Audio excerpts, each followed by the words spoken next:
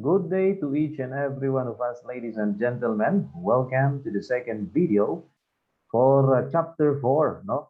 For the subject Introduction to Criminology, no? And the focus of our discussion in this video presentation, no, is about crime, okay? Because in the previous video, no, for chapter 4, we have talked about law. Law and crime are connected to each other, no? Because of what we call as legality principle, di ba?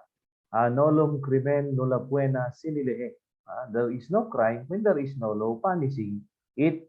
So if there is already a law, then that's the time that there will be a crime. That's why the focus of this video presentation is about crime. What are the different types of crime? Okay, what are the different definition of crime?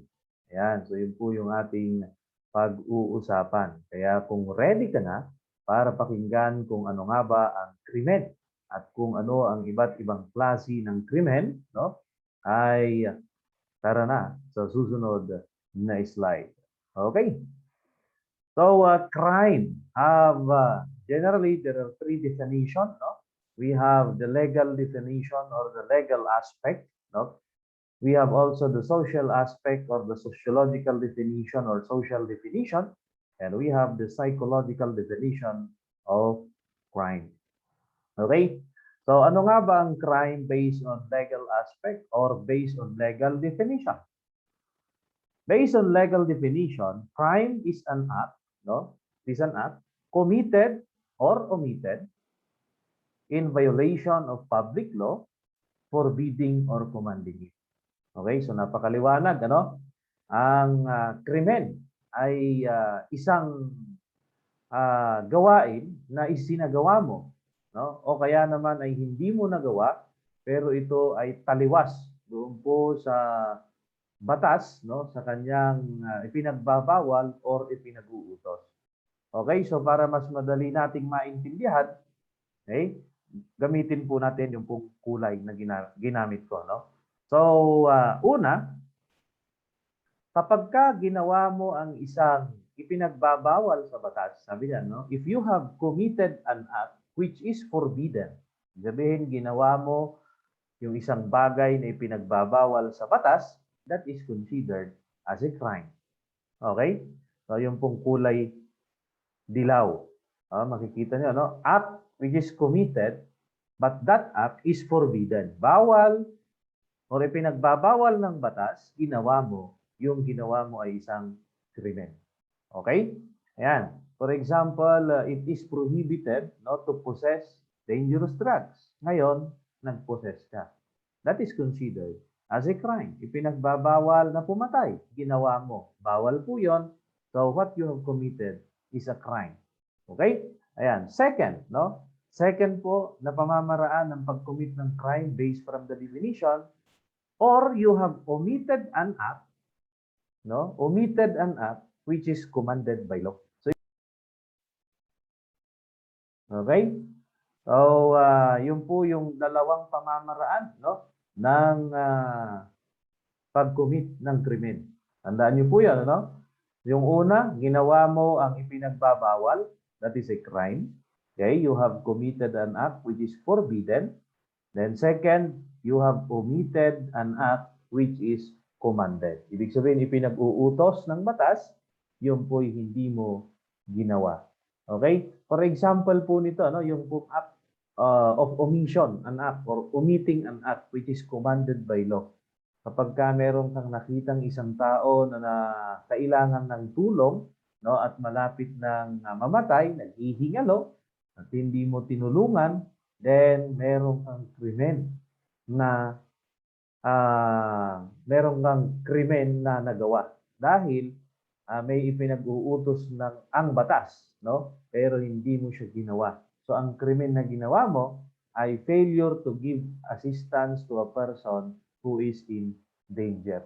Okay? So wala kang ginawa actually. Dahil yung omission, it is inaction. Wala kang ginawa wherein yung pong act na yon ay ipinag-uutos ng batas. So take note, if you have committed an act which is forbidden, ginawa mo ay bawal, crime yon. O kaya naman, hindi mo ginawa ang ipinag-uutos ng batas, crime pa rin yun. So those are the two methods on how to commit the crime based on the legal definition of crime. Okay, tandaan nyo po yan, no? Crime is an act either committed or omitted in violation of public law, forbidding or commanding it. Now, based on the social definition, no, what is a crime? Based on social definition, ladies and gentlemen, crime is an act which does not conform to the norms and standards of the society. Okay? So, napakaliwanag, ano? Na yung pong crime, base sa tingin ng mga madlang people or yung mamamayan, no, ay isang gawain na hindi po tugma or yung pong isang gawain na taliwas sa kung anuman yung pong nakaugalian ng mamamayan. Okay? O, ang liwanag, ano? Kaya kung yung ginawa mo'y taliwas doon po sa norms or kaugalian, no, at standards ng mamamayan, then sa kanilang paningin, yan ay krimen. Okay? Yan. Oh, like for example, ay kinuha mo yung kambing mo, pumunta ka sa pribadong area, tapos may ginawa ka sa kambing mo, yan, sa tingin ng society, that is considered as a crime. Ano? That is not normal. So, isang gawain na taliwas doon po sa kung ano ang nakaugalian based on the definition of society. What you have done is considered as a crime. Ano pa? Nung unang panahon, kapag ka ikaw po ay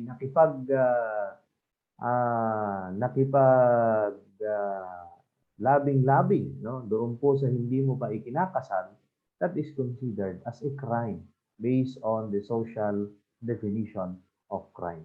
Okay, but legally, that is not considered as a crime. How about based on psychological aspect or based on psychological definition? Based on psychological definition, crime is an act which is considered undesirable. No? And due to behavioral maladjustment of offender, an act that caused by maladaptive of or it is considered as abnormal behavior. So if your act is undesirable, hindi po katanggap-tanggap, no?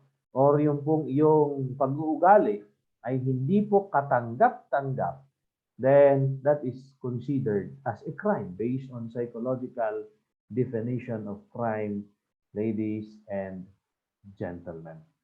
Okay?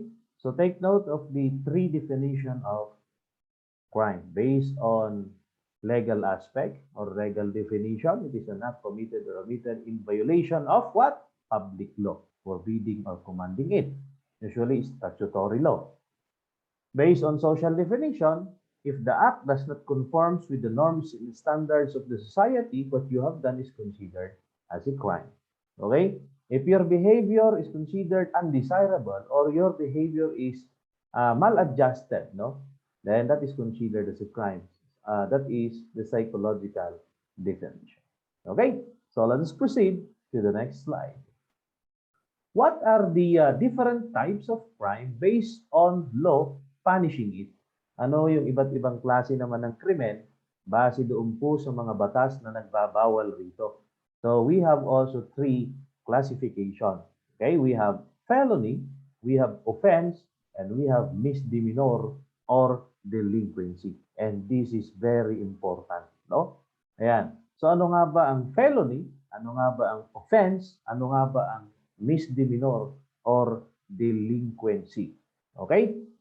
So these are the simple definition, no? Felony refers to an act or omission in violation of the revised penal code or Act number 3815. Tandaan, kung yung pong isang gawain ay taliwas doon po sa pangunahing criminal law ng batas or source of criminal law, which is the revised penal code of the Philippines, no? Or Act number 3815, then what you have committed is specifically called as felony. But take note, felony is still a crime because felony is just a type of crime based on law punishing such. So if the law which punished the act is the revised penal code of the Philippines, or also known as Act number 3815, then what you have committed is specifically known as felony. Okay? So ano naman po ang offense? Offense are those acts or omission that are punishable under the special penal laws. Ano yung special penal laws? These are the law which punish a specific type of crime which is passed by the Congress. Okay? So ano yung mga special, no? Special meaning para lang sa specific type of crime. Like for example, RA 9165, yan po tungkol sa drugs lang, no? RA 9160 as amended, yan po ay tungkol sa money laundering. Republic Act number 10575, di ba? So yan po ay specific law lamang, no? Special penal law. So what are the different types of special penal law? We have the most common, we have Republic Acts, no, passed by the Congress of the Philippines. We have also presidential decrees, no, or PD. We have also executive order or EO. We have also batas pambansa. We have also special orders and so on and so forth. As long as the law, no, is punishing a specific act, that is considered as a special laws or special penal laws kung tawagin. So kung yung isang gawain ay taliwas sa special penal law, the specific type of crime that was committed is called an offense. Okay? So what is misdemeanor or infractions? Ang isang tawag, ano? Misdemeanor, delinquency, or infractions. Misdemeanor, delinquency, or infractions are acts that are in violation of simple rules and regulation, usually referring to acts committed by minor offenders. Okay? Ayan. So, minor offenses tulad ng jaywalking. Ayan, di ba? So, that is misdemeanor, no? Or yung mga simple crimes punishable by simple penalties. Okay? So, those are the type of crime based on law punishing such, ladies and gentlemen. We have felony, we have offense, and misdemeanor. So what are the elements of felony, no? Or yung pong crimes that are punishable under the revised penal code. No?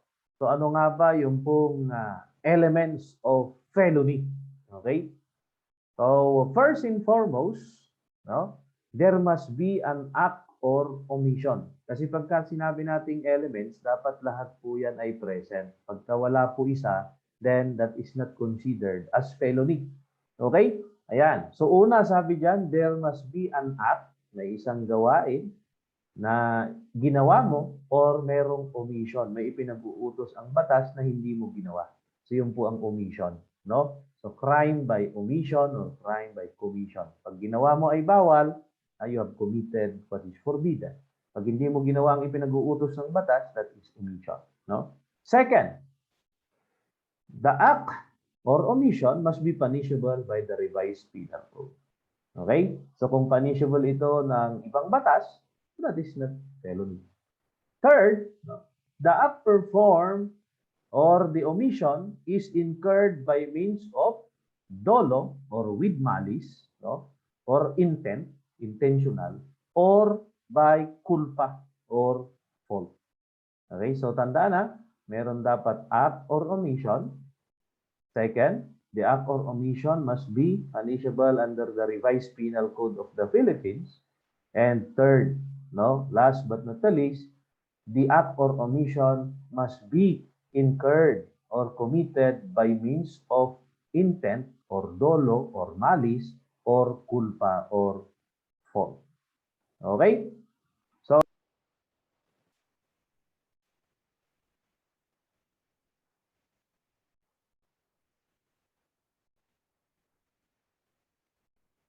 Okay? So, ano nga ba yung act? No? Kaya sabi dyan na element of felony, it refers to an act, no, or omission. Okay? Act refers to any bodily movement, so there should be a body movement, no, which tend to produce some effect in the external world. So there are two elements of act actually. Okay, there should be a bodily movement. Okay, may body movement. Then that body movement should affect another person. So yun po ang act. For example, sinuntok mo siya. Okay, does your act produce an effect to other person? Yes. Okay, so that is an act. Paano kapag ka iniisip mo lang, nagagahasain mo si Maria ng 60 beses? Can you consider that as an act? The answer is no. Because there is no body movement and there is no effect to Maria. So tatandaan po yun. Okay? Ayan. So kapag pagka iniisip mo pa lang, that is not considered as an act. Yan. No? So how about omission? Omission simply means inaction. What is inaction? The failure, no, to perform a positive duty, no, which is bound to do. Yan. So meron pong batas na nag-uutos pero hindi mo ginawa. For example, tatanungin niyo ako, bakit kaya ang driver, pag na-aksidente, ay ba'y may kasong isinasampa laban sa kanila? Eh hindi naman niya sinadya. Okay, oo. No, meron pa rin kaso. Bakit? Okay, sa civil law kasi, sa ating batas, ipinag-uutos na bago ka bumiyahe bilang isang driver, dapat i-check mo yung pong sasakyan. Ngayon, kapag ka hindi mo i-check yun, meron pong kapabayaang nangyari. Kasi may inuutos ang batas, hindi mo ginawa. Kaya nga po nagkaroon ng aksidente. Kahit sabihin mo ang dahilan ay preno, sino bang tumitingin sa preno ng sasakyan? Yung pong driver o yung mekaniko.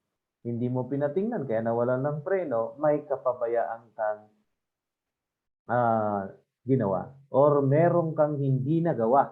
No? Kaya po nangyari ang aksidente. Kaya po may kaso na reckless imprudence resulting to. No? Ganon. Okay? So, because of inaction, meron kang hindi po ginawa na dapat mo sanang ginawa. Yon, dahil ipinag-uutos ng batas. That is omission. Okay?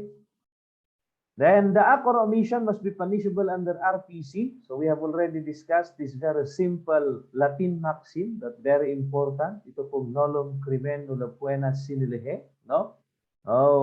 Simply means there is no crime when there is no law. Walang krimen kung walang batas. And sabi dyan, the act or omission must be punishable by RPC and not by other laws like special penal law. Kasi kung punishable yan ng special penal law, no, or yung pong mga batas na ipinasa punishing specific acts, then such is not considered as felony, that will be classified as offense. Okay? Yan. Then, the act performed or omission is incurred by means of dolo, no, or culpa. Simply means, no, we have two means on how to commit felony. Either by means of dolo or yung tinatawag na intentional felony. Okay? At meron pong tinatawag na by means of culpa or fault, may kapabayaan. Okay? So ano yung pong mga elements ng intentional felony? Okay? Elements of intentional felony, we have freedom. Okay? Freedom, may kalayaan kang isinagawa yung isang krimen. Ganyan, no?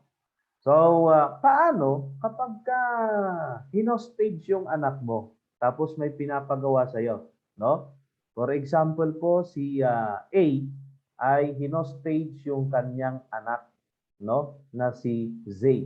So, hinostage. Sabi ng hostage taker na si B, no? Patayin mo si C. Ikaw A, patayin mo si C. Para sa ganon, ay pakawalan ko ang anak mo. Okay, so anong ginawa ngayon ni A? Pinatay ngayon si C. No? So, when A committed the crime, does he have the freedom? No, meron ba siyang kalayaan na mamili kung ano ang kanyang gagawin? Okay, wala. Kaya po si A considered as uh, a tool. Sabi nga nung isang teacher ng criminal law, no? If a person acted without freedom at the time of commission of crime, he is likened to a tool who was used to commit the crime. Pagka ang isang tao ay walang kalayaan nung isinagawa yung krimen, siya po ay maihalin tulad sa isang bagay na ginamit sa pagpatay. Okay? Bakit niya ginawa yon? Because hinostage yung kanyang anak. So, meron ba siyang freedom nung isinagawa yon? Sabay, wala po. Kaya po, pwedeng yung act niya ay mag-justify. Magpo-fall under justifying circumstances. O kailangan kasi nung isinagawa yung krimen, meron kang freedom or may kalayaan kang isagawa yon. No? Meron kang intelligence. Okay? Ibig sabihin, hindi ka pusinto-sinto. Now you know what is right and what is wrong the time you have committed the crime. And the most important, no, is intent. Meron kang intention na isagawa yung krimen. Okay? So if these three elements are present, then the felony that you have committed is called intentional felony. Okay? Intentional. No? Sinadya. Yan. Kasi intention eh. Ha? Then we have culpable felony elements. Parehas din na meron pong freedom, may kalayaan, no? Meron pong intelligence, pero yung pong intent ay napalitan po ng negligence. Okay? Yan po yung lack of skill or imprudent lack of foresight. Yan. So meron kang kapabayaan, no? Meron kang hindi ginawa or hindi mo na-foresee yung pangyayari. Yan, no? So, that is the two types of felony. No, we have intentional felony and we have culpable felony. Okay? Yeah, so both of them have freedom and intelligence. The only difference is that intentional felony have intent as element and culpable have fault o yung pong negligence, imprudence, lack of skill, lack of foresight. Okay, so let's proceed to the next slide. What are the stages in the commission of crime? Ito, napakagandang topic po ito. No? Yan. So, anong stages yung commission of crime? Oh, meron po tayong tatlong stages para sa material crimes. Pero pagka formal crimes, it is committed in single act. Like for example, nagnakaw ka ng manok. Once na nakuha mo yung manok, kahit ibalik mo, tapos na po yung theft. That is considered as formal crimes. Okay? But those crimes which have the stages are called as material crimes. No? So it has stages. And felony have the stages. We have consummated felony, we have prostrated felony, and we have attempted felony. Kailan ba natin masasabing consummated felony, prostrated felony, attempted felony? Alam nyo, ito'y parang pag-ibig lang yan. No? Yan. So, consummated felony, if a felony is, no, if a felony or all the elements necessary for the execution and accomplishment of the felony is present. Okay? So, lahat ng elemento ay present na. So, a felony is considered as consummated. Kung anong gusto mong patayin yung tao, sinaksak mo, binaril mo, namatay, no? Nangyari yung gusto mo, that is consummated.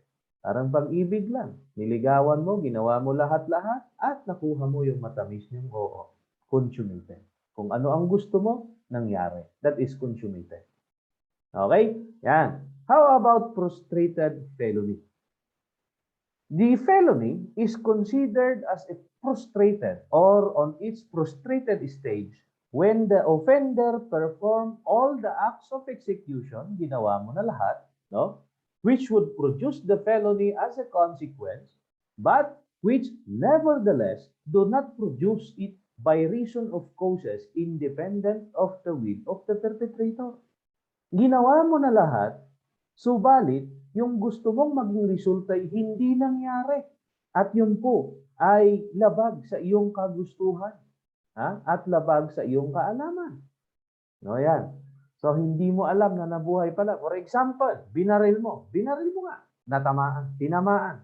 Okay, alin ang tinamaan? Tinamaan siya. Ang dami nung kanyang tama. Binaril mo ng 15 beses. 15 bullets landed on the body of the victim. Okay, so akala mo patay na. Okay, yan. Masayang-masaya ka na. Kaso nga lang, nalaman mo na buhay. Bakit nabuhay? Kasi may tao na tumulong. Pag alis mo, may tao na tumulong. Siya'y tinakbo sa ospital. Nung tinakbo sa ospital, anong nangyari? Tatanggal yung pong tingga na naibaon doon sa katawan ng biktima. Okay? Yan. Pagkatapos, tinapal-tapalan lahat ng sugat dahil yung doktor dati pala sa vulcanizing shop, magaling tumapal. Kaya anong nangyari? Nabuhay yung pong biktima. So, anong mangyayari sa'yo? Prostrated ka. Ginawa mo lahat. Pero yung kagustuhan mo, yung intention mo, hindi nangyari. O, di ba? Parang pag-ibig. Ginawa mo lahat-lahat ng kanyang gusto. Pero hindi mo pa rin nakuha ang kanyang matamis na oo. Anong mangyayari sa'yo? Di ba? Frustrated ka. Di ba? So, ganun lang po. Frustrated felony. You have committed all the act of execution, but nevertheless, hindi po na-i-produce yung gusto mong mangyari. And that is independent of the will of the perpetrator. Frustrated. Okay? So take note, kung yung gusto mo nangyari, gusto mong patayin, namatay. Sinaksak mo, namatay. Binaril mo, namatay. Okay? Ginahasa mo, abay nagahasa mo. Consummated. Diba? Pagka frustrated naman, ginawa mo lahat-lahat, kaso nga lang hindi nangyari yung kagustuhan mo. Binaril mo, nabuhay. Sinaksak mo, may vital, o doon sa kanyang vital organ, nabuhay pa rin. Okay? So, frustrated po yan. Yan. So, kailan naman magiging attempted? Subok lang. Diba? Attempted niya. Sinubukan mo lang. Okay? Hindi mo ginawa lahat. Yan. So, attempted felony if the offender commences the commission of a felony, nag-umpisa, inumpisahan niya, directly by overt acts. When we say overt act, it is observable. Okay? Overt. Hindi po pwedeng iniisip mo lang. Directly by overt acts or acts which are observable.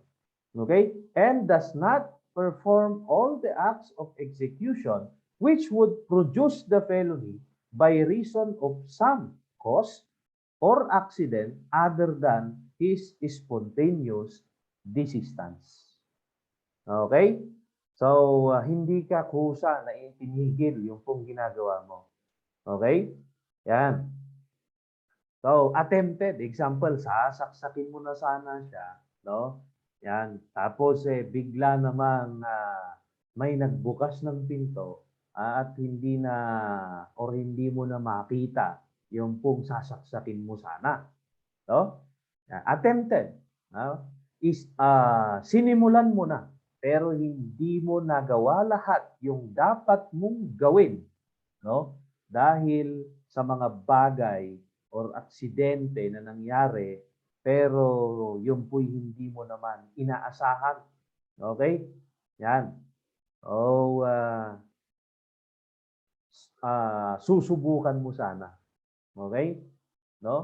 O sasaksakin mo na sana, nakita ka ng bodyguard, abay eksakto naman na ang galing sa karate, abay kinarate ka. Pero inumpisahan mo na isagawa yung iyong masamang balak. Pagtatangka, yun po ang attempted. Okay?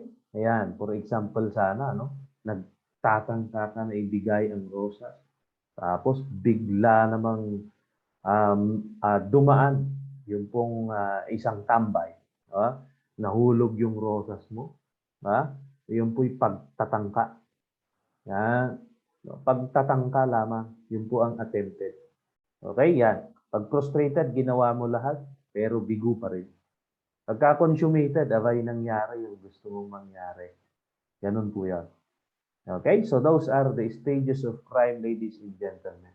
There are crimes with 2 stages only. There are crimes with 3 stages. Okay, may attempted, may frustrated, may consummated. Okay? Ayan po. So let us proceed to the next slide. What are the characteristics of crime? Bakit nga ba napaka-importante ng crime? Kasi nga sabi natin, isa sa focus ng criminology, no? Is the study of crime. No? Kaya medyo mahaba-haba po itong discussion natin. So what are the characteristics of crimes? Wala po itong nire-respeto. Paano ang edad? Kahit sino pwedeng maging biktima ng krimen, pwedeng maging suspect, pwedeng maging offender. No? So it does not respect age, kahit matanda, kahit bata, no? Sex, culture, or custom. Ano man ang iyong kultura, ano man ang iyong custom, tradition, race, ano man ang iyong lahi, religion of the society, then definitely walang pakialam ang crime. Okay? Yan. Walang nire-respeto. Ibig sabihin, wala pong sinisino. Okay? Second, it is a worldwide phenomenon. So, it is inevitable. Phenomenon. Ito po ay isang pangyayari. Talagang nangyayari sa ating mundo. Okay? Yan. So, it occurs in all existing economic strata. Mapamayaman, mapamahirap, mataas na strata, mababang strata, anuman ang iyong kinakatayuan sa buhay, ang krimen po ay pwedeng mangyari. So, pwede kang maging biktima ng isang krimen. Okay? Its causes are multifarious. Ibig sabihin, ang mga dahilan, no, ay napakarami. Iba't ibang aspeto ang dahilan, no, or iba-iba ang dahilan na ito'y dapat pag-aralan. So, multifarious. Meron dyan ang kanyang dahilan ay dahil sa kahirapan. Meron naman dyan ang kanyang dahilan ay dahil sa pagnanasa. Yung iba ay ang dahilan ay dahil sa gustong umangat sa buhay, kaya nakagawa ng krimen. Ano? Yung iba naman ay gustong maghigante. Yan. So, there are different causes of crime. Kaya sabi dyan, multifarious. Okay? And it is difficult to eradicate. Mahirap po itong totally na i-eliminate. Okay? So, kung makikita nga natin, yung pong fight against drugs ni President Digong, no? Inumpisahan 2016. Ngayon ba ay totally ba na eradicated? The answer is no. There are still people who are using drugs, who are selling drugs, no? That only shows that crime is really difficult to eradicate. But it can be lessened. Right? That's why we are studying crime so that we will be able to create or devise a program which could lessen, no, the occurrence of crime. Okay? So next is the triangle of crime. Okay? So ito po ay napaka-importante, no? Kasi kung isa sa elements of crime ay mawala, ay pwedeng mapigilan yung pong existence of crime. So what are the elements of crime based on the crime triangle? No? So the elements of crime, ladies and gentlemen, based on the crime triangle is intent, we have opportunity, and instrumentality. May intensyon, meron kang oportunidad para isagawa yung krimen, at meron kang instrumento para gawin yung krimen, then mangyayari yung sinasabing crime. Crime will occur if you have intent, you have opportunity to commit the crime, and you have instrument that you can use in committing the crime. Okay? So, yun po yung crime triangle. No? And of course, meron pong isa dyan na dahilan kung bakit ikaw ay nagkakaroon ng intensyon. And this is what we call as motive. Okay? Motive. So, ano nga ba yung pong motive? No?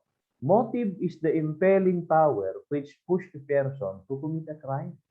Ang motibo ang nagtutulak sa isang tao para magkaroon ng intensyon para isagawa ang krimen.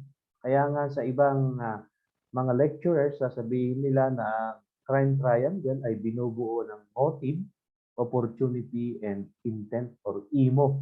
Ay kanila, no? Pero sa akin po kasi ganito, kahit na meron kang motibo, kung hindi ka magkakaroon ng intensyon para gawin ang isang krimen, then definitely the crime would not occur. Okay, but you cannot have an intent if you don't have a motive, sabi naman nung iba. Okay, kaya ito magkasama lagi yung motive at intent because your motive, no, will push you to have your intention. Intent is the one that you want to commit, yung gusto mong mangyari. Then there is an opportunity, then there is an instrument that you can use or techniques, then a crime would occur. Example, galit ka sa isang tao. O galit na galit ka, motibo 'yon, no? Anger, no? So anong intention mo? O saksakin or barilin to shoot the person. Do you have instrument? Yes, firearm. Okay? Is there an opportunity to shoot the person na galit ka? Meron bang oportunidad? Yes, kasi andun siya doon po sa harapan mo. Galit na galit ka, eksakto naman, meron kang instrumento, nagkaroon ka ng oportunidad, mangyayari nga yung pong crime. At sinasabi dito, no, kapag ka yung pong isang elemento ng krimen ay tinanggal mo, example, you have removed the opportunity kasi andun ang pulis, nagpapatrolya, then the crime will not occur kasi mawawalan nung isang side ng triangle. So, meaning, if one of the element of crime under the crime triangle will be removed, matatanggal ng pulis, then definitely the crime will not prosper or will not exist.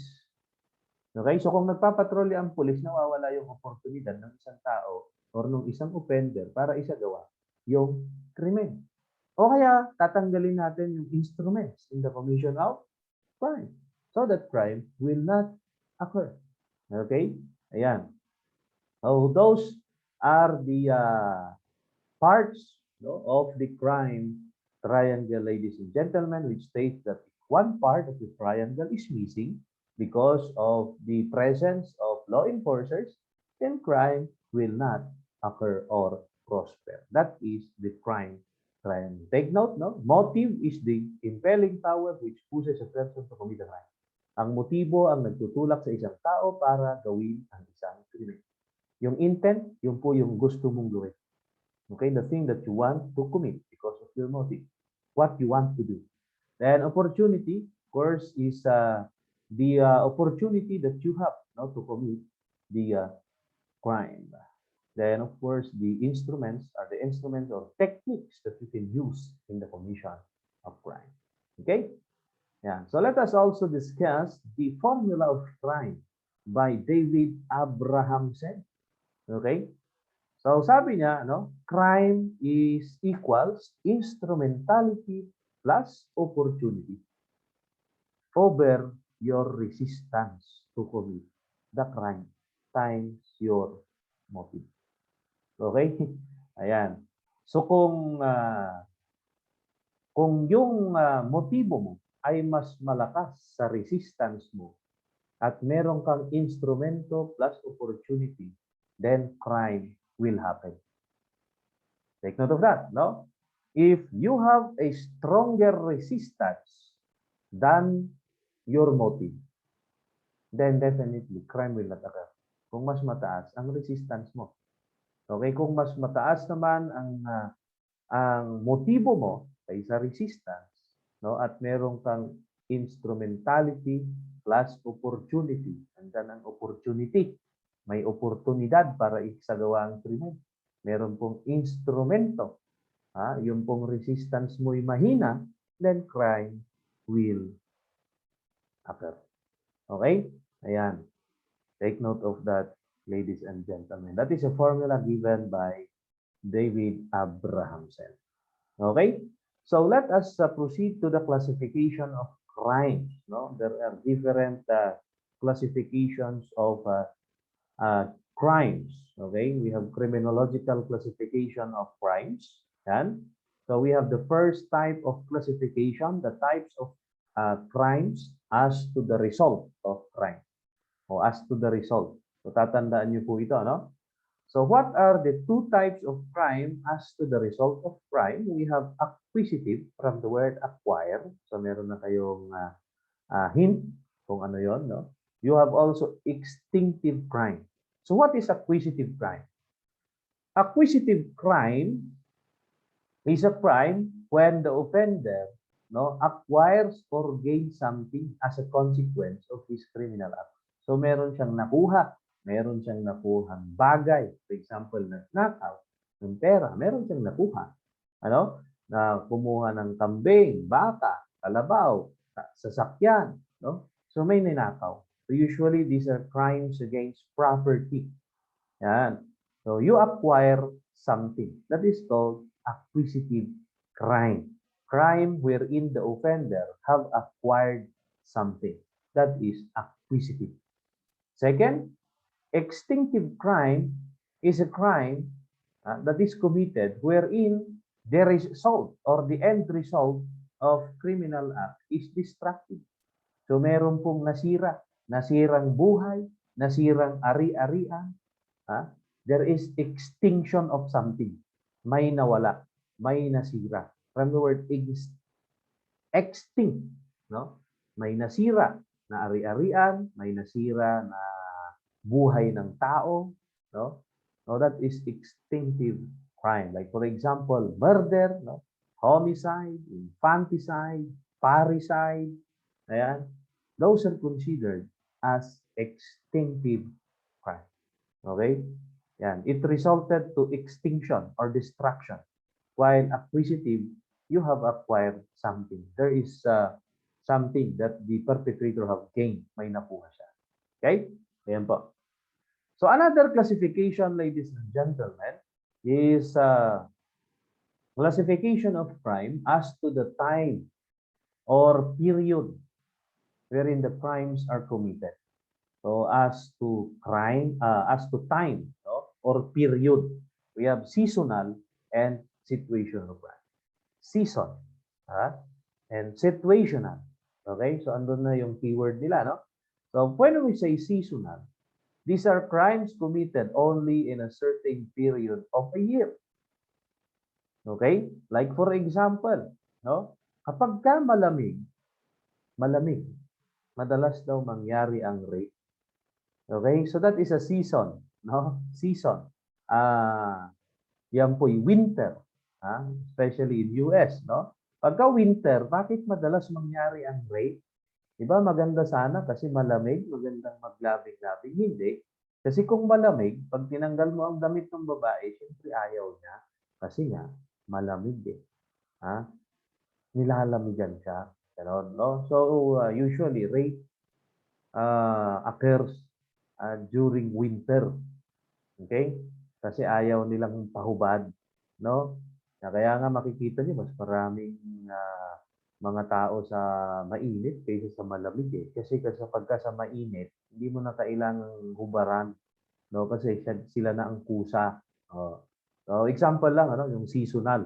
So, madalas pong mangyari ang rape tuwing winter kasi nga malamig. So, there are specific seasons, no, wherein crime occurs. Sabi doon, ano? And that is based on data, no? Or information that was gathered by police officers.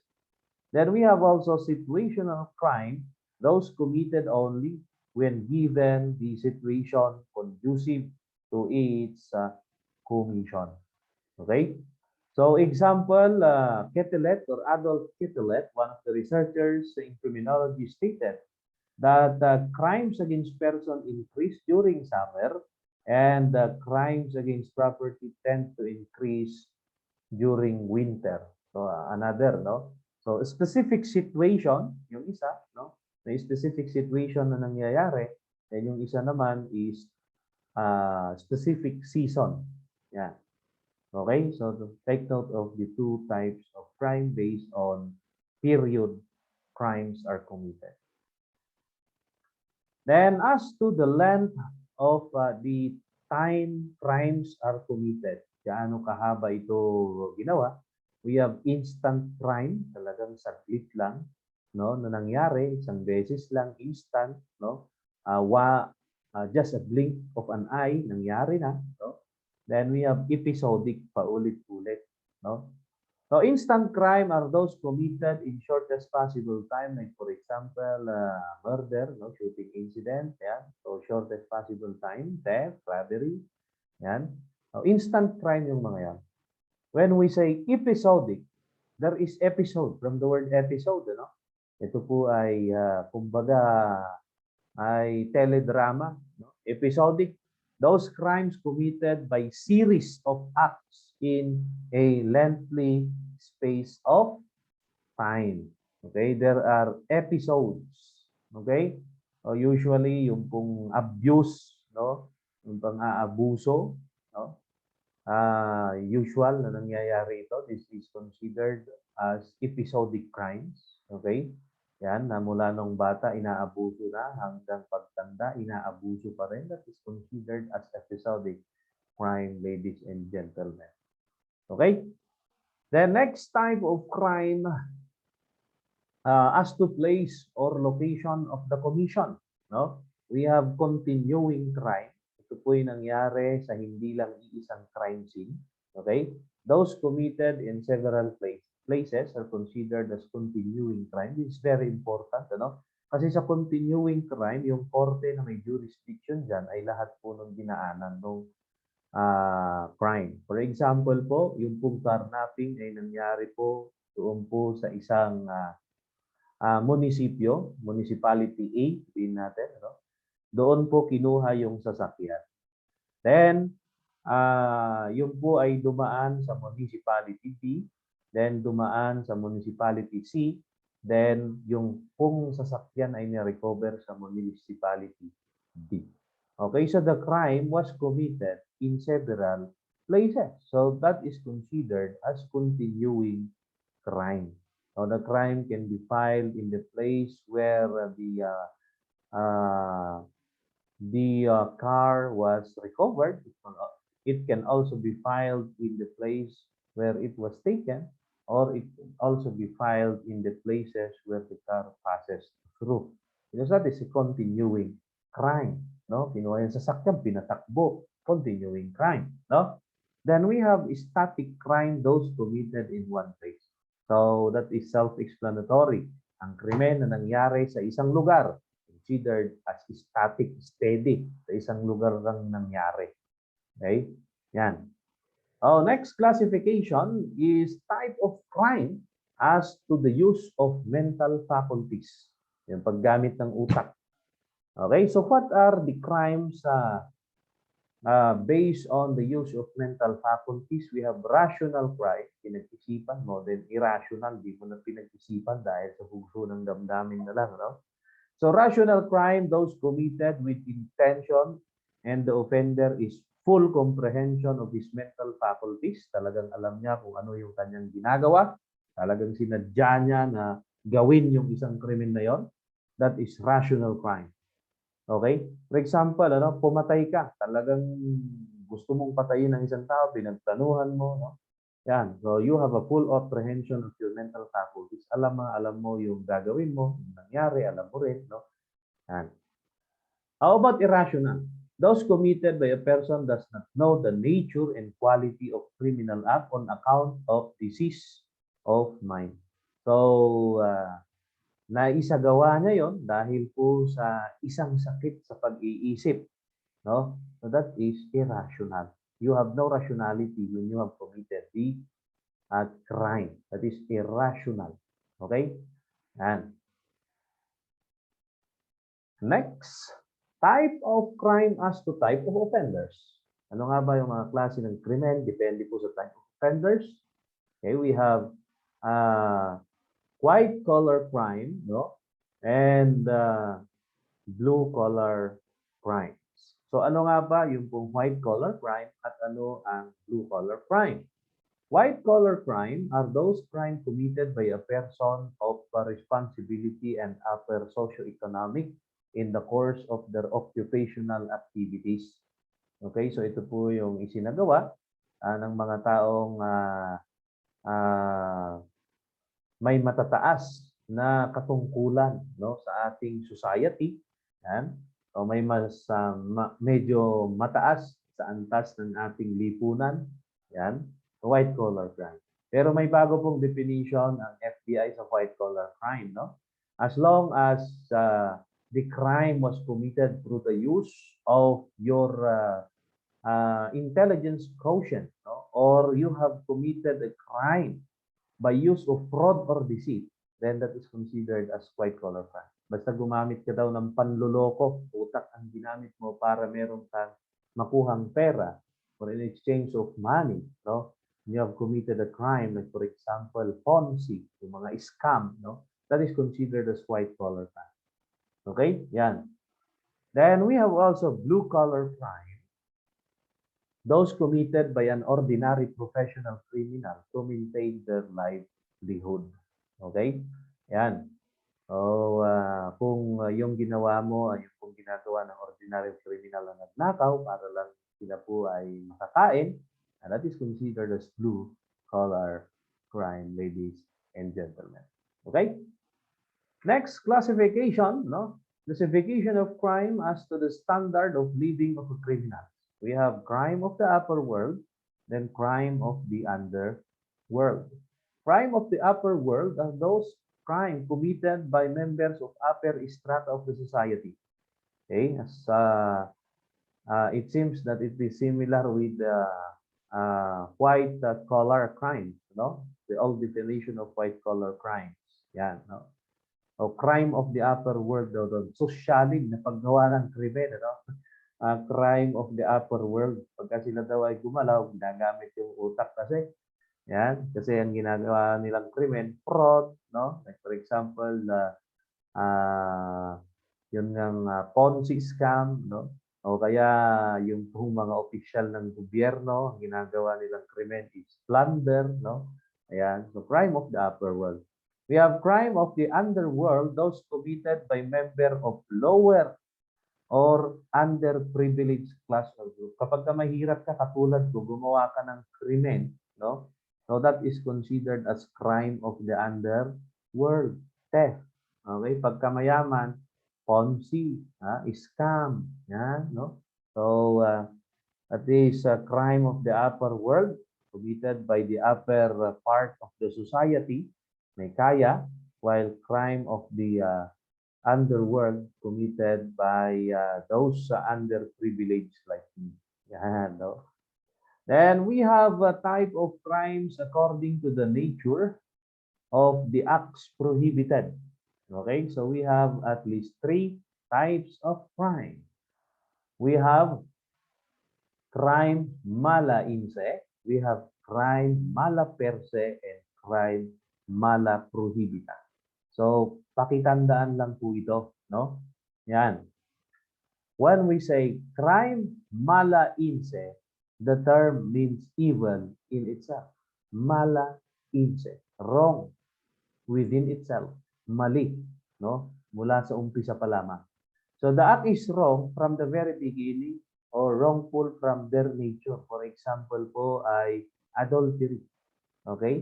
Yung isang babae ay hindi dapat nakikipagkantutan sa hindi niya asawa dahil yun po ay mali simulat sa pulpa lamang.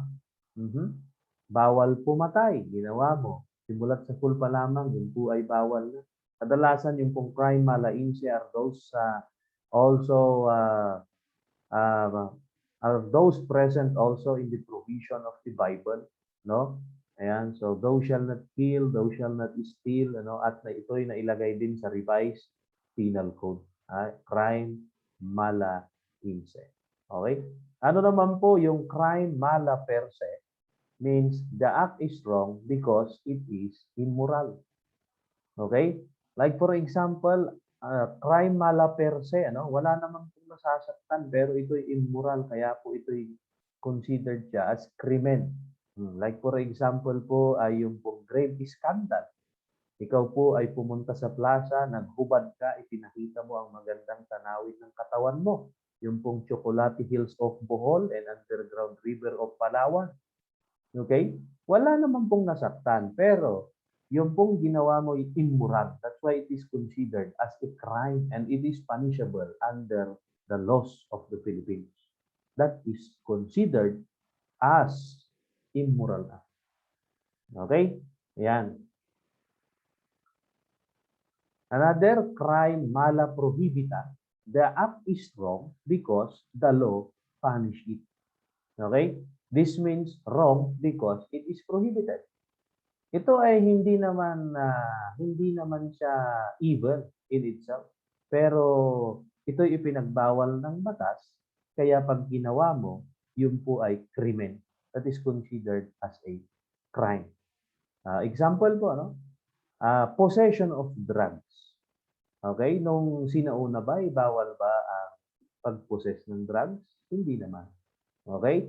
But in order to maintain peace and security and tranquility, no? Our Congress have passed a law prohibiting the possession, use, sale of dangerous drugs. Doon po nag-umpisang bawal yung pong pagbenta, paggamit, pag-possess ng dangerous drugs.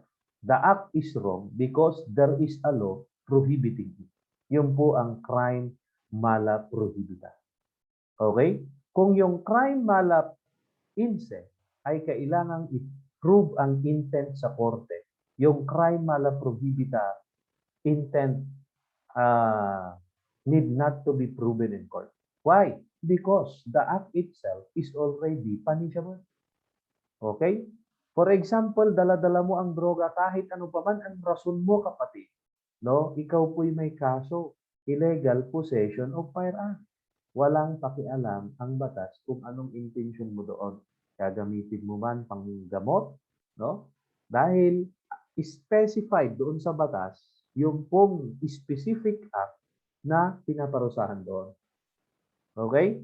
Ayan. So regardless of intention, as long as you possess the drugs, then you are liable for possession of dangerous drugs. Take note of that. That is the difference of mala prohibita and mala inse.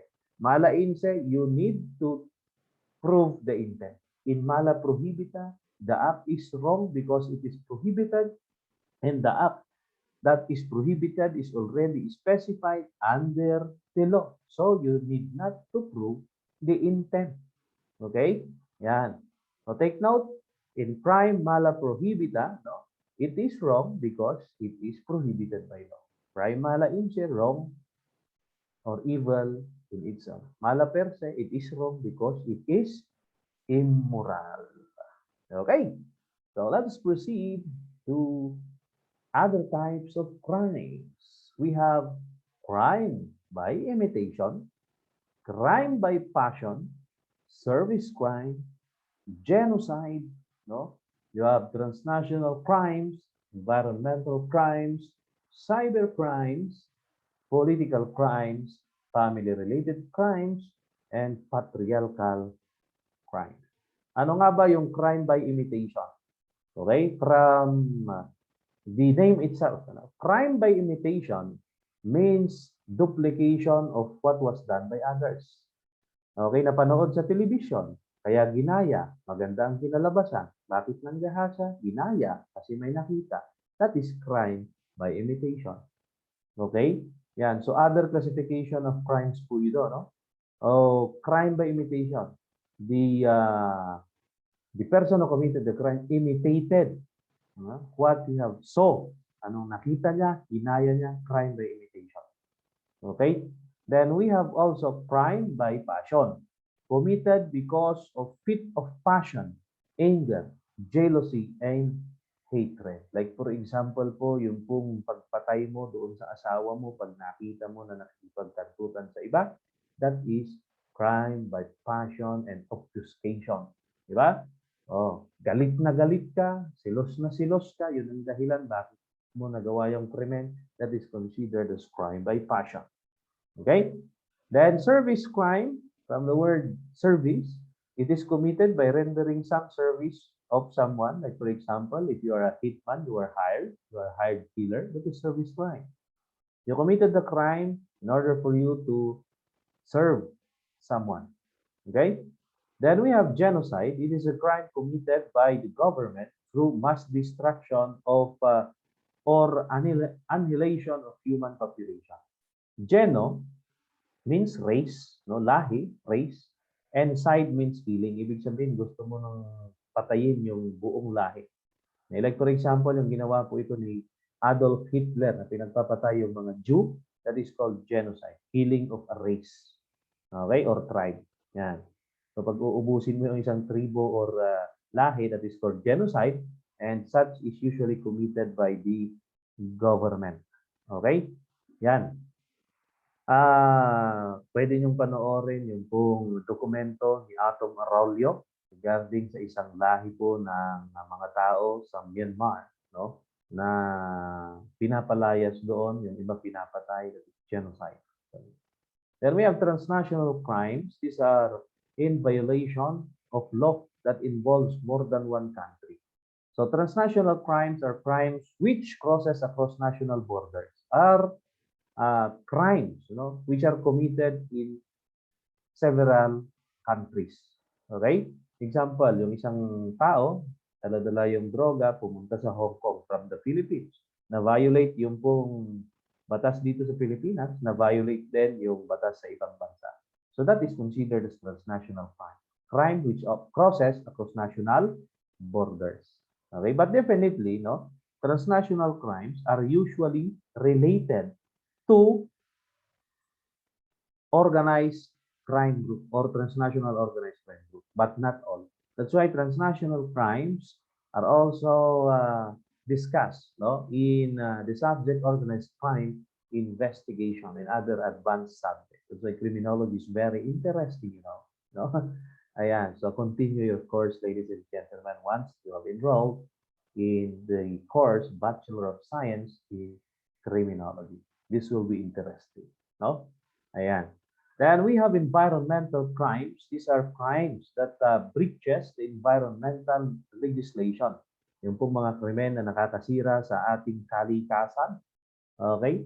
Like for example, yung pong illegal logging, yung pong pag-ubos doon po sa mga yamang bundok ng ating bansa, yamang dagat, those are considered as environmental crimes, mga krimen na pwedeng makasira sa ating kalikasan.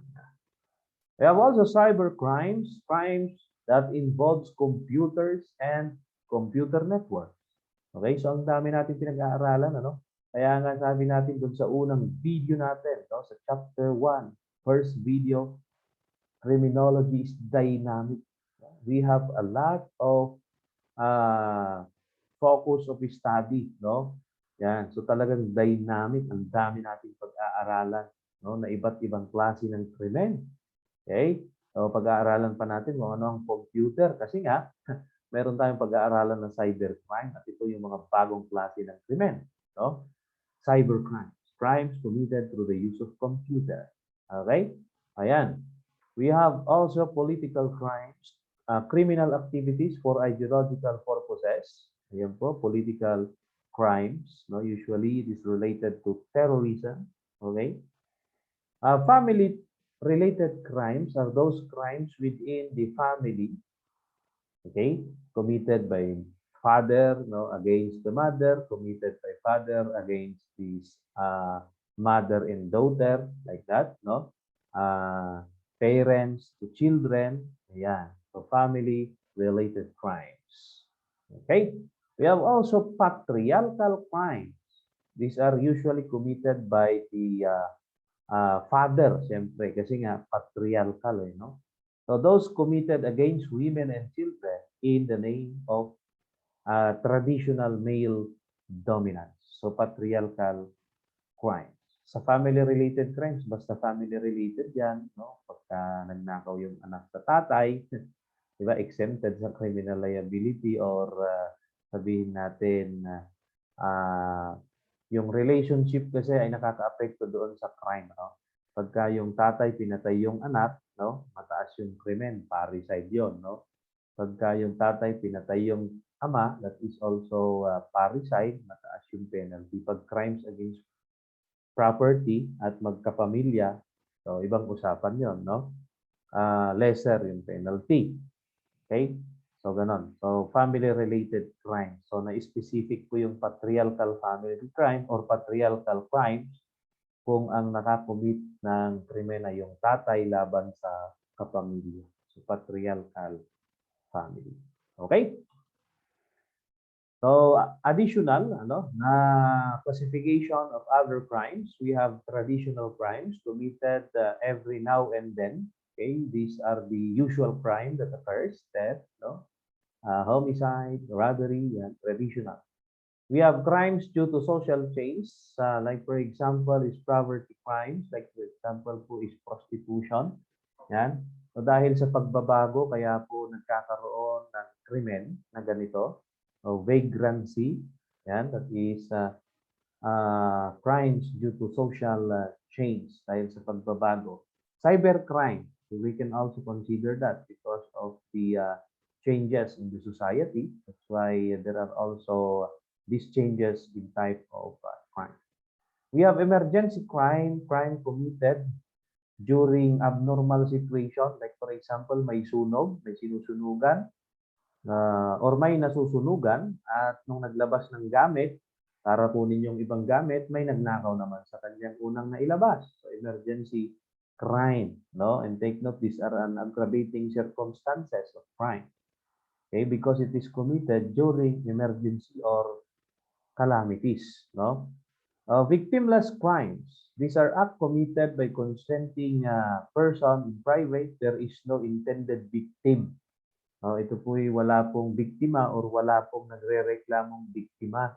For example po'y gambling, pag nagtaya ka ng weteng noon, diba? Pag natalo ka, okay lang sa'yo. There is no complaining victim. Prostitution, no? Drug abuse, ayan. There is no victim. Okay? Drug abuse, nag-abuso ka, hindi ka naman biktima doon. Ikaw naman ang kusang gumamit. So, victimless. Okay? We have index crime. Index crime is the Philippine Police classification of crimes. Dalawa ang classification ng crime ayon sa PNP doon sa kanilang report.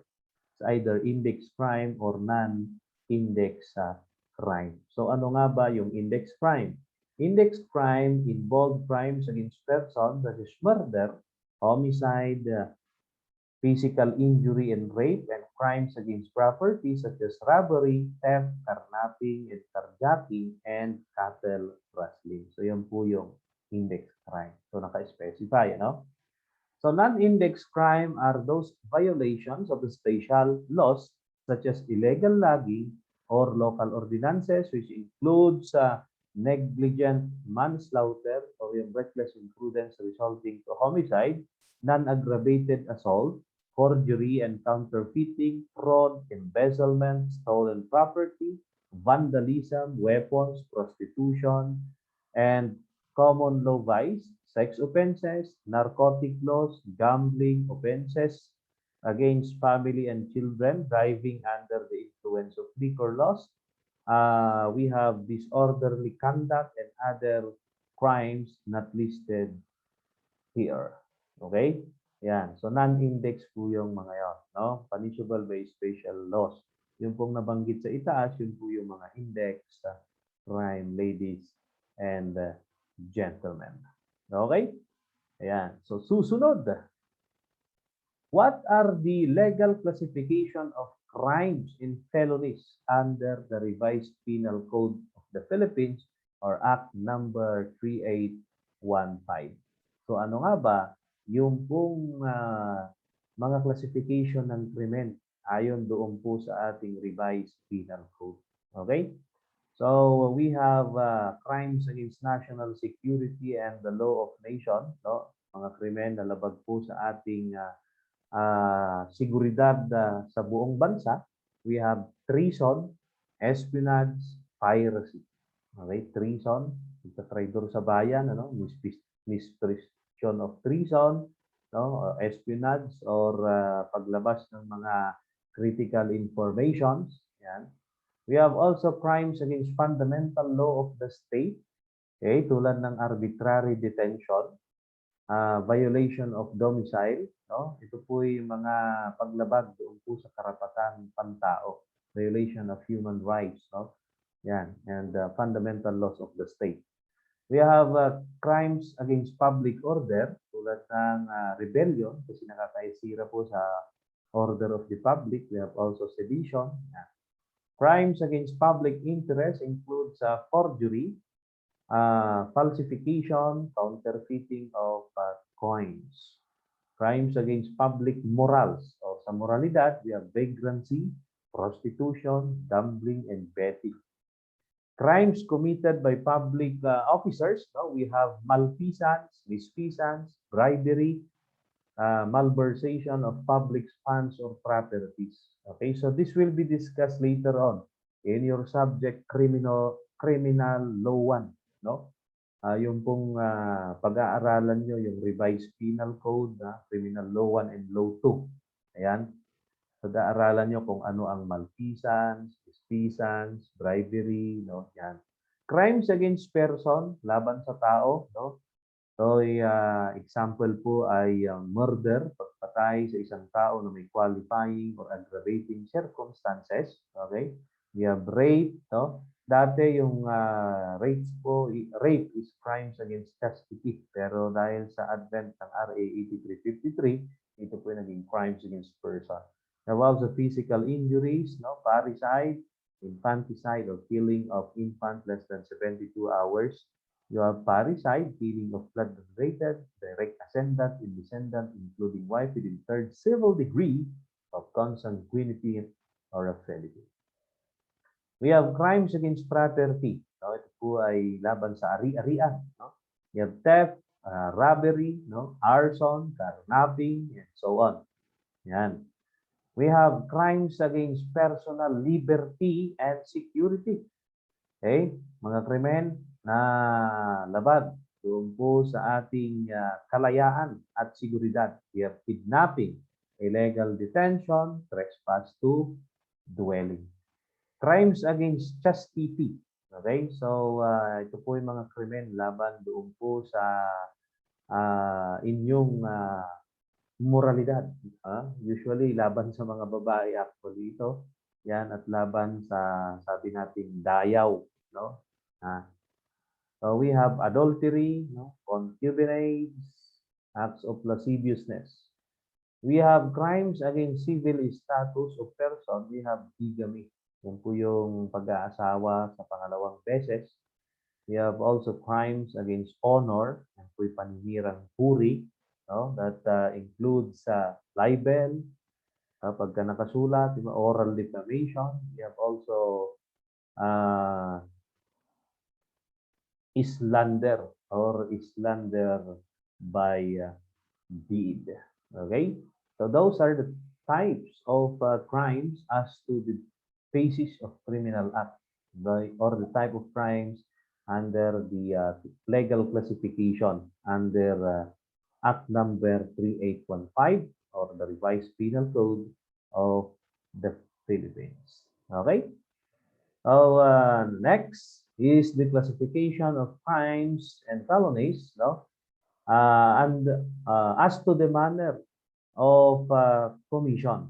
Okay? So pinahapyawan natin kanina ito by means of dolo or deceit or by means of culpa. So sabi nga natin kanina, when we say by means of dolo or deceit, it is called as intentional felony. And the elements is freedom, intelligence, and intent. Freedom, yun nga po yung kalayaan na isagawa yung krimen. No? Kaya nga pag wala kang kalayaan, hindi po intentional felony yan. No? Dapat meron kang intelligence, you know what is right and what is wrong. No? You have complete rationality when you have committed a crime. And of course, third element is intent. May intention ka nung isagawa mo yun. Sinadya mo yun. Kaya nga tinawag na dolo. No? Intentional. Then we have culpable, felony elements. We have freedom, intelligence. So parehas sila no? Ng element, yung first two. Ang pagkaiba lang po ay yung pong third element. No?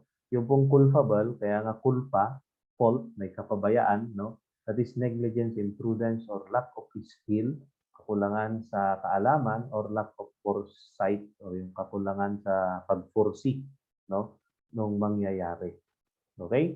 So those are the two general classification of crime as to manner of commission. Then the stages, no, we have already discussed it a while back. Yan.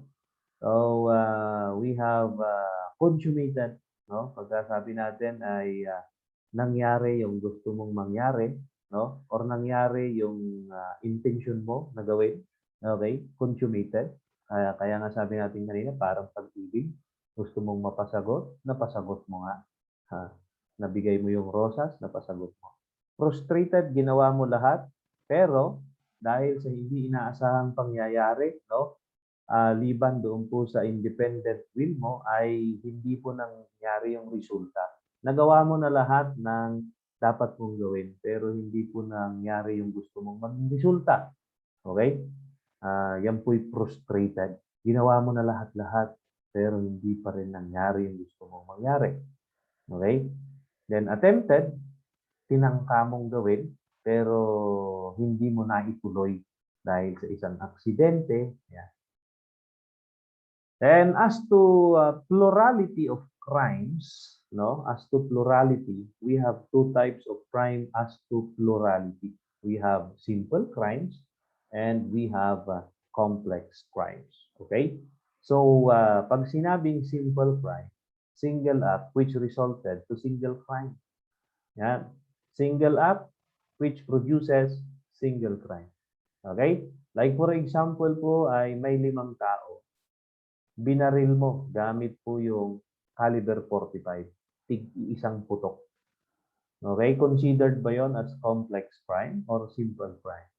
Yan, di ba? So, isang baril ang ginamit mo, kada isang kalabit mo, isa ang natutumba sa kanila.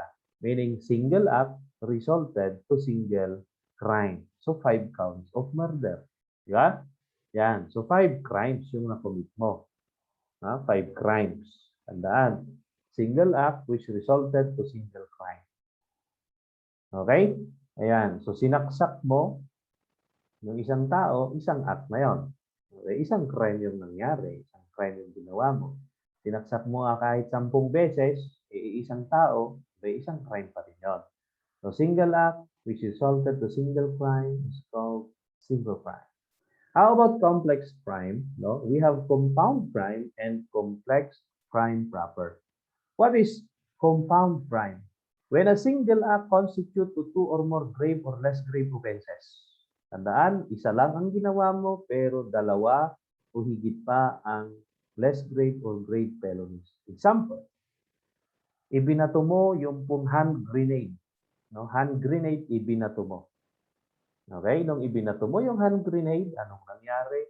Meron pong namatay na 2 at merong napilayan. O kaya may namatay na isa, may napilayan na isa. So ano yung ginawa mo? Di ba? So there are 2 grave or less grave offenses na nangyari. Okay? Ayan.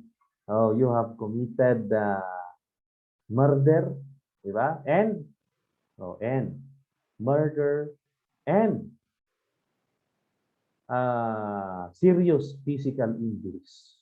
Okay? So, dalawa no? Compound crime. When one act resulted to 2 or more grave or less grave offenses. Isa ang ginawa mo, isang gawain, pero ang nangyari po ay 3 or 2 o higit pa. Ganon. Ano? For example, ay nanunog ka. Sinindihan mo yung isang building. Okay? Then pagkatapos nun ay hindi mo alam, may tao pala doon sa loob. Nasunog yung building, tapos nasunog pa yung tao. Di ba? So ano ang ginawa mo? Isang act, pero nagresulta sa 2 krimen. Noon meron pong kaso na arson, no? Arson and, yun, no? Homicide. Di ba? Yan. Kaso nga lang, if in the occasion of burning, person died, that will absorb. No? Na-absorb na po yung homicide. Pero compound crime yun, ano? Compound. Yung may 2 na krimen na pwedeng ikaso, and yung ginagamit, na kung saan isa lang ang ginawa, 2 na grave or less grave ang nangyari. Tulad ngayon, sabi ko, ibinato mo yung hand grenade, no? This very basic example. We have also complex crime proper. Paano naman yon? Complex crime proper is a type of felony wherein one offense is necessary for committing another.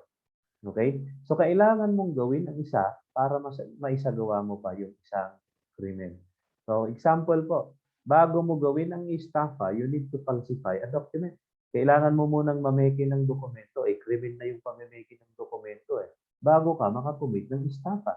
That is complex crime proper. Okay? When the offense is necessary for committing another offense. So that is complex crime proper. So take note of the types of crime based on the plurality of crimes.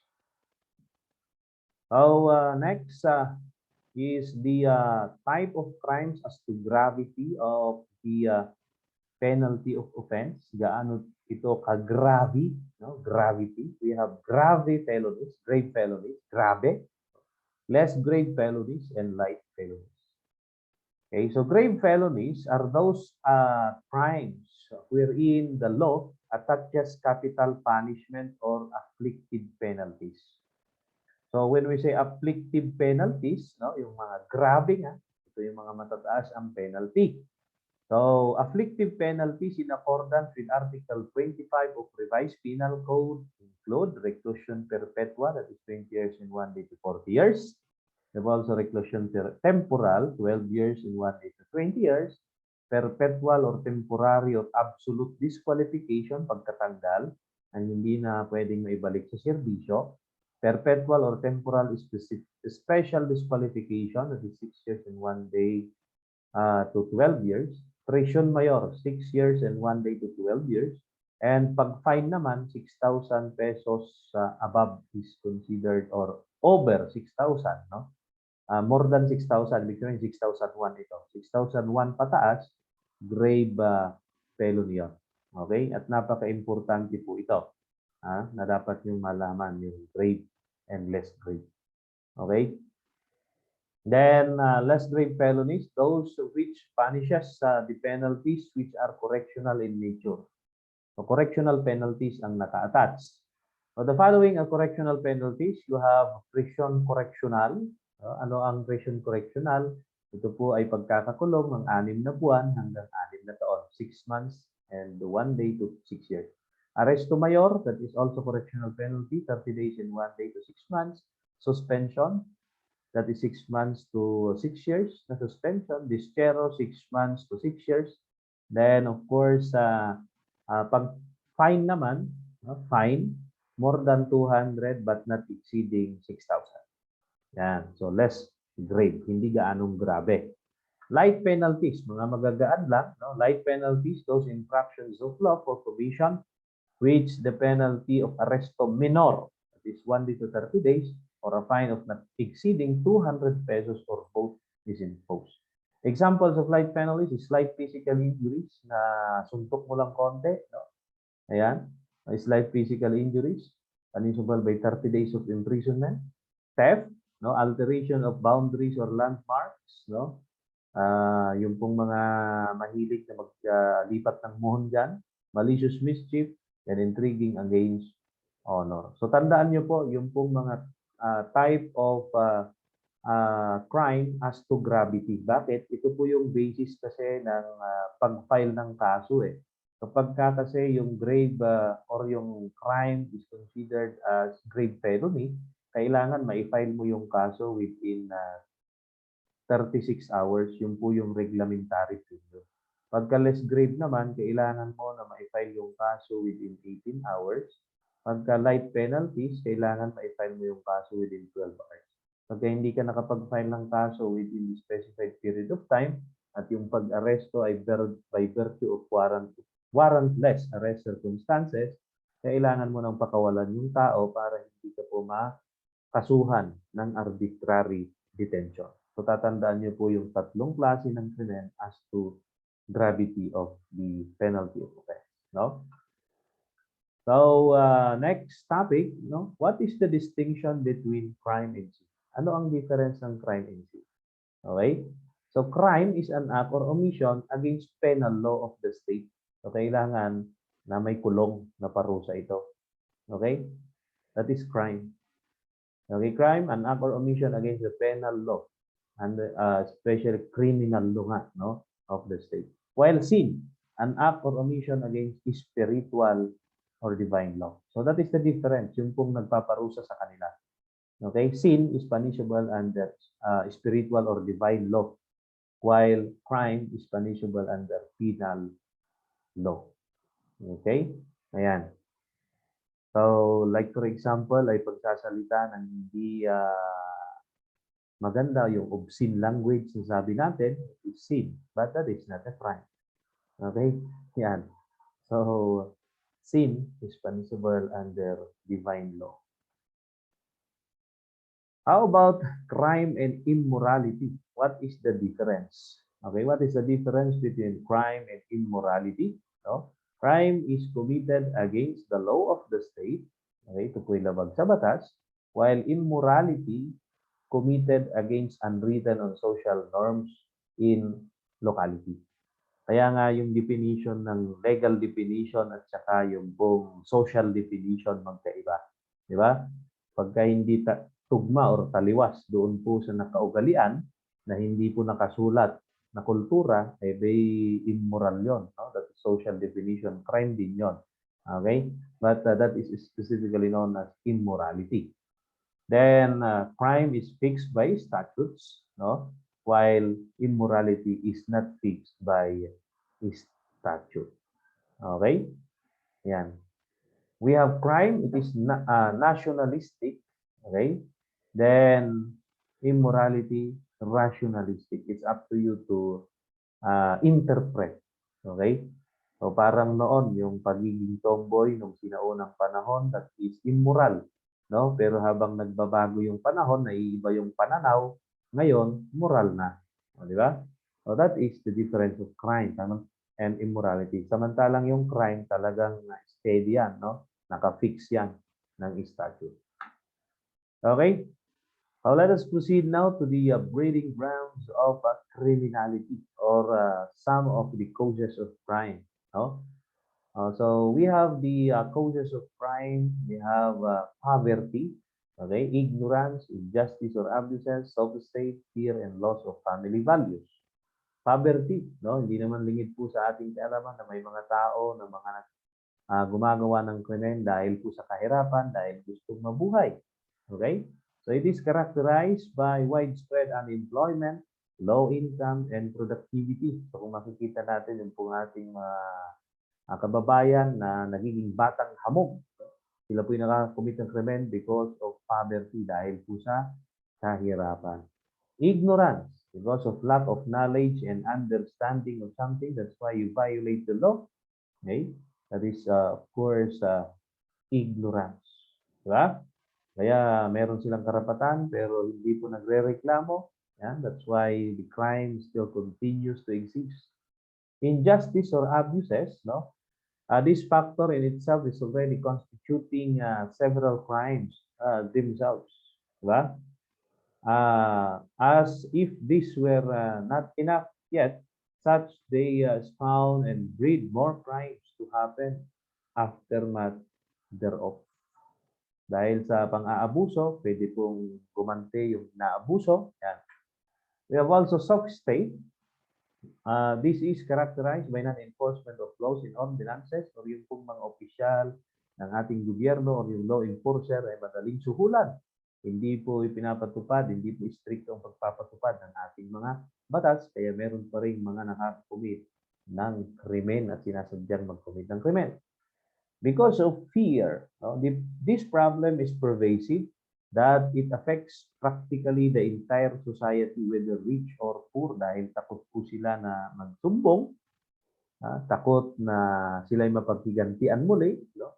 So, anong nangyayari? Ito po'y lalong-lalong nakakasira, no, doon po sa ating society dahil may mga abusado na gumagawa pa rin ito. Dahil maraming natatakot na magsumbong. Loss of family values, it loosens family ties, which result in many broken homes or families. No? As children are separated from their parents, they go wayward and become misguided. No? Lalo na pagka yan po'y broken family, hindi po na i-guide na maayos dahil isa lang nagtatrabaho, hindi mo masubaybayan yung anak, so anong nangyayari, kung ano-ano na yung pong ginagawa niyan at hindi po nagagabayan ng maayos. Okay? Ayan po yung breeding grounds of criminality or some of the causes of crimes. Okay? So we have also other basic causes of crimes according to Cerullo Tradio. Okay? Iba naman yung in-specify niya. So we have hatred, passion, personal gain, insanity, revenge, and unpopular laws. Hatred. Okay? Uh, dahil po sa ano ba yung hatred sa inyo? No? Hate or dahil sa galit, no? Nyo sa isang tao. Okay?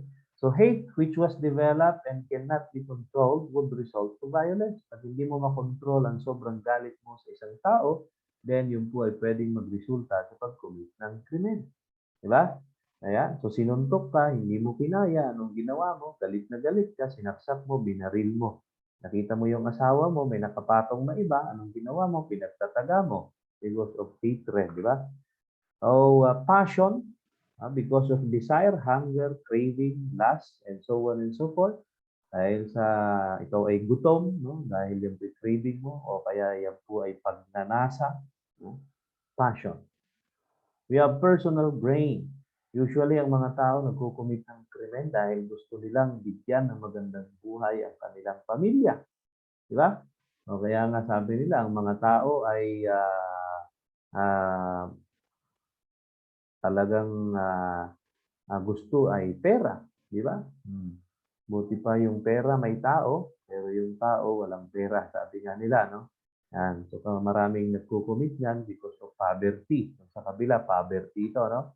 Insanity, because people cannot distinguish good from evil. Okay? Then revenge, because of retaliation. Gusto mong maghiganti. No? Simple as that. Unpopular laws, not popular, viewed or received unfavorably by the public. No? Hindi po ito popular. Hindi po na-inform ang mga public tungkol dito. Kaya ito po ay madalas po na nababiolate. Diba? So that is one of the causes. If the law is not known or not well known by the public, then the tendency is that they will violate the law. Diba? Yan.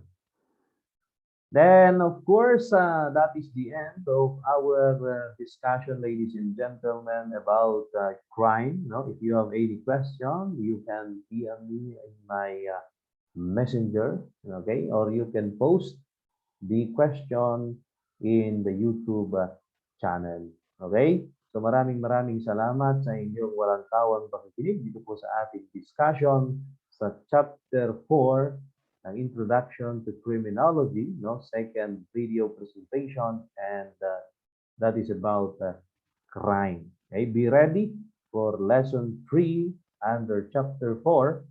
So, tapos na natin ang law, no? If there is a law, there is a crime. Ano naman ang tawag natin doon sa tao na nag-commit ng crime? Matatawag ba natin itong criminal? Matatawag ba itong suspect? Yan po'y abangan nyo doon po sa susunod na video presentation.